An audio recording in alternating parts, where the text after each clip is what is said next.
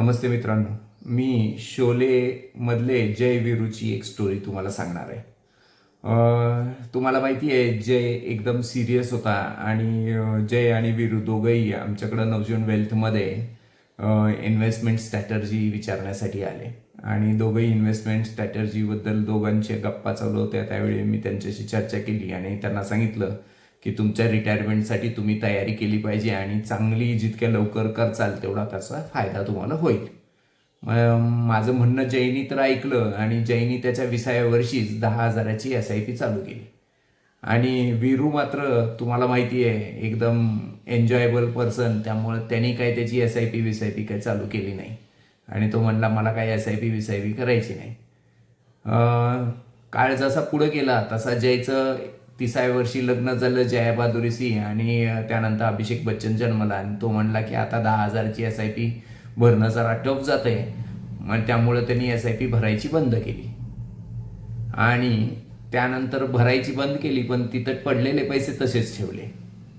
आता वीरूच्या बाबतीत मात्र काय झालं, वीरूचं लग्न झालं हेमामालिनीशी आणि हेमामालिनीशी लग्न झाल्यावर हेमामालिनी त्याला सांगितलं की नाही तुला SIP चालू केली पाहिजे आणि जयनी केली, आता तुझी पण गरज आहे.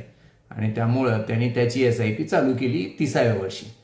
आता मात्र इथं डिसिप्लिन चालू राहिला हेमामालिनीमुळं की त्यांनी 30 वर्षापासून त्याच्या 60 वयापर्यंत SIP भरली 10,000चीच. आता गंमत बघा, जयनी 10 वर्षच भरली त्यामुळे त्यांनी 12 लाख भरले आणि वीरूनी मात्र त्याच्या 30व्या वर्षापासून 60 वर्षापर्यंत म्हणजे 30 वर्ष भरले, त्यामुळं जवळजवळ 36 लाख भरले. आणि आता 60व्या वर्षी तुम्हाला काय वाटतं की कुणाकडे पैसे जास्त झाले असतील? ऑब्व्हियसली तुम्ही सगळे म्हणणार की वीरूनी 36 लाख भरले तर त्याच्याकडे जास्त पैसे जमा झाले असतील. तर वीरूकडे जमा झालेले पैसे होते 3,46,00,000.